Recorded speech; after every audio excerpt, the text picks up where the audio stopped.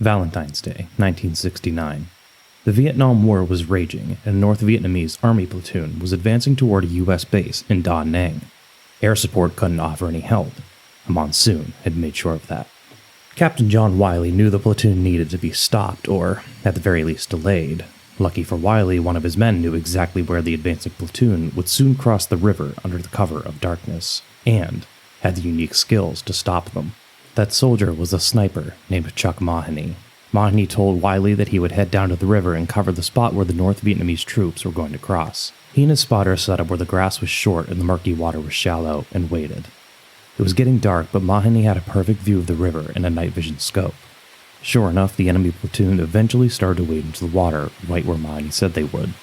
Mawhinney locked his first target in his sights and fired, then instantly, another shot, and another, and another.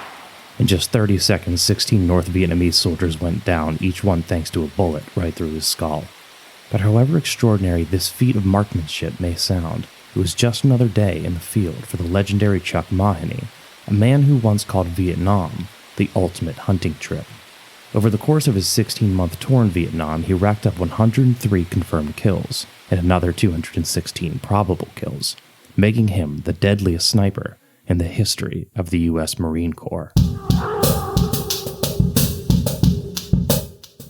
You're listening to History Uncovered, brought to you by the digital publisher All That's Interesting, where we explore the uncharted corners of the natural world and the world past. I'm All That's Interesting staff writer Austin Harvey, and today we'll be discussing the life and legacy of Chuck Mawhinney, the Marine Corps' deadliest sniper.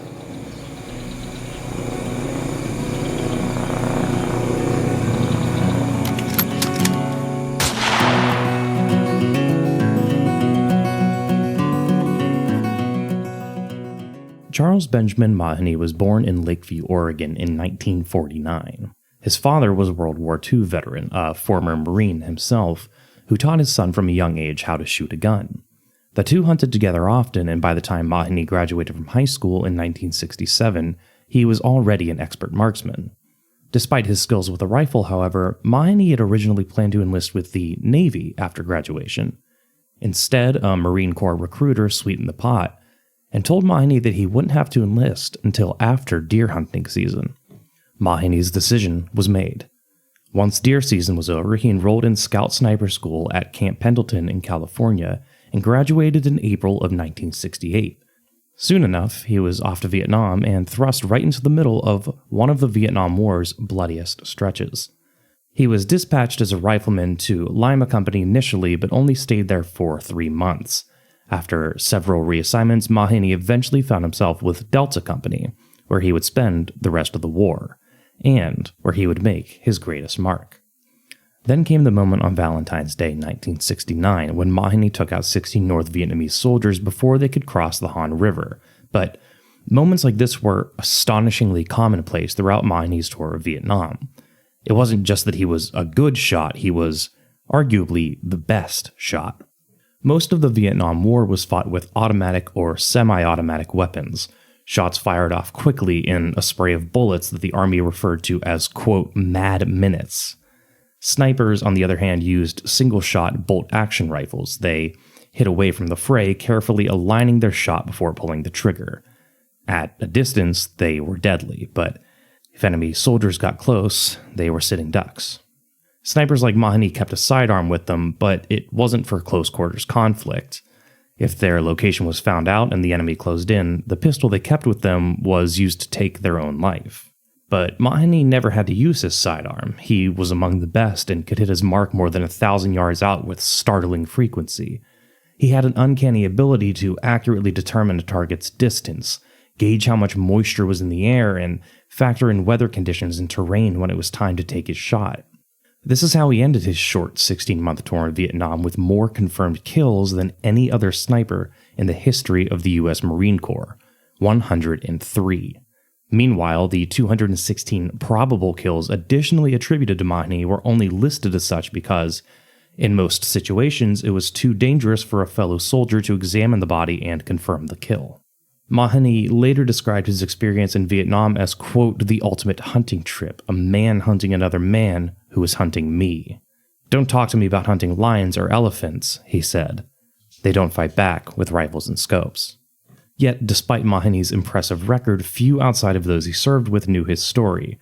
For decades, Mawhinney's feats in Vietnam remained close to his chest. It wasn't that he was ashamed, far from it, but rather that Mawhinney didn't care to boast or share his tale. In fact, in 2000, more than 30 years after he served in Vietnam, Mawhinney told the Los Angeles Times that he, quote, just did what he was trained to do, and that he was in country a long time in a very hot area and didn't do anything special. Anyone who knew him would surely disagree with that last part.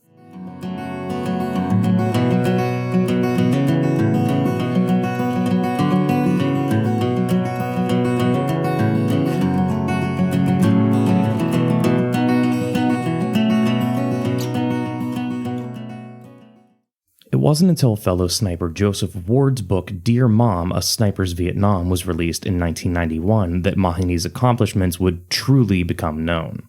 Mawhinney had hardly talked about his time in Vietnam prior to this, even those close to him knew little of what he had really seen or done during the war. But Ward worked alongside Mawhinney. It was only natural that Mawhinney's name would come up when Ward recounted his story. In fact, Ward's impression of Mawhinney, based on reputation before meeting him, was that he was, quote, an eccentric man with an obsession for killing. What he found when the two met, however, was that Chuck Mawhinney was a professional in every sense of the word. The day after they met, Mawhinney took Ward out to, quote, see how he handled himself. They left base camp and were about an hour away with a small squad when the point man noticed soldiers from the North Vietnamese army 900 yards away. Almost immediately, Mawhinney was dashing to a small rise about 75 feet away, with Ward tailing behind him. By the time I focused my field glasses and confirmed they had weapons, Ward wrote, Chuck had his breathing under control, and the first shot rang out. In less than 30 seconds, Mawhinney took down 3 of the Vietnamese soldiers. Ward mentioned that Mawhinney wanted to get more than 100 kills, but wrote at the time that the reasoning for this was known only to Mawhinney himself. Even after the book's release, however, Mawhinney didn't speak much about his time in Vietnam. He wasn't made for the limelight. He preferred to hunt deer with his friends and live the quiet, simple life. But he nevertheless began receiving requests to give presentations and demonstrations describing his techniques as a sniper and to tell the story of his feats during the war. It took nearly a decade of pestering before he finally decided to share details of his time in Vietnam, and his reasoning was twofold. 1, he really couldn't remain anonymous anymore, and 2, he felt that by sharing his experience, he could change the public perception of what exactly it is that a sniper does. Mawhinney's kill count is often the thing that people point to when talking about his skills, and while it is certainly impressive in its own morbid way, Mawhinney also said that he felt the public had an image of snipers as bloodthirsty assassins. But to him, that wasn't what it was about. Rather, Mawhinney felt that a good sniper actually saved more lives than they took, because it isn't just about killing the enemy, but getting inside their heads. The psychological component of coming under fire from a sniper can often be more dangerous than the sniper's bullets. It undercuts the enemy's will and ability to fight. This understanding harkens back to an old Chinese proverb, one that's on the wall at the sniper school at Camp Pendleton. Kill 1 man, terrorize 1,000. No, snipers weren't bloodthirsty assassins, not in Mawhinney's eyes, at least. By the time he began speaking publicly about his service, he offered to help train a new generation of snipers and recited to them the same lecture he'd been given after his first kill. That wasn't a man you just killed. It was an enemy. This is our job. This is what war is all about. You screw up, you die. That didn't mean to kill without mercy, though. Sometimes the death that Mawhinney wrought was instant. Other times, his targets would drop to the ground alive but in agonizing pain.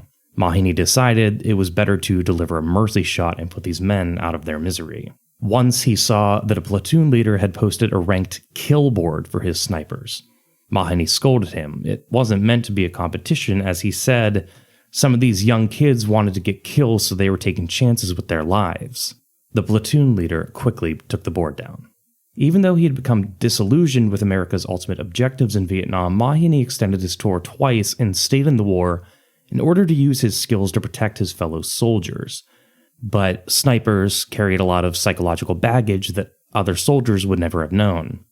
Looking through the magnifying lens of their scope, they saw death more intimately than most other soldiers. They had the closest look into the Reaper's eyes. And after 16 months in Vietnam, a chaplain believed that Mawhinney was suffering from combat fatigue. They pulled him from the field and assigned him to be a rifle instructor at Camp Pendleton, but Mawhinney still had nightmares about being back in Vietnam. Ultimately, he decided that he didn't want to go back to fighting, and he couldn't stand the regimented, orderly life in a training battalion. So he left the Corps and returned to Oregon. He quickly took a job in the Forest Service and worked on a road maintenance crew. He tried his best to put the war behind him, and with time, the nightmares stopped.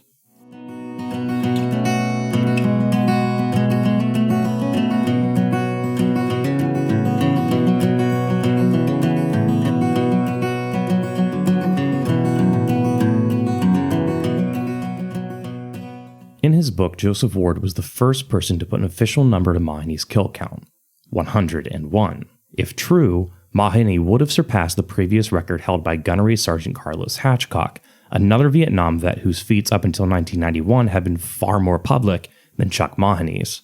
Hatchcock's record was 93 confirmed kills. Both the press and military buffs were quick to try and disprove Mawhinney's record, only to find that Ward had actually underestimated, and that the official record for Mawhinney was 103 kills. The story quickly spread that Chuck Mawhinney, the humble Forest Service employee from Oregon, was also the deadliest sniper in the history of the Marine Corps. Knowing that he couldn't keep the secret from close friends and family any longer, and not wanting them to find out from some third party, Mawhinney gathered a select few individuals one night and told them the shocking information he'd kept from them for over 2 decades. Naturally, many of them didn't know how to react. For months after, Mawhinney and his wife would go out for an evening with friends, only to be greeted by sideways stares and awkward silences. Thankfully, though, over time, Mawhinney's friends adjusted. He was able to live a normal life despite the notoriety that had been thrust upon him. He and his wife had 3 children, hosted the biggest Super Bowl parties in the neighborhood, and he continued to hunt, just as he had alongside his father as a boy. In the end, the only regret Mawhinney said he had about his time in Vietnam was one North Vietnamese soldier who managed to get away from him. The man had been walking along in civilian clothes, tattered, cotton, not the sort of thing you'd see a soldier wearing. But when Mawhinney looked through his scope, he saw that the man carried a rifle. He fired, but the shot missed. Strange. He wouldn't normally miss a shot like that. It was only later that Mawhinney learned an armorer had not equipped his scope properly. He fired off a few more shots, but none of them hit their mark, and the man fled into the forest. I can't help thinking about how many people that he may have killed later. How many of my friends, how many Marines, Mawhinney said. That still bothers me.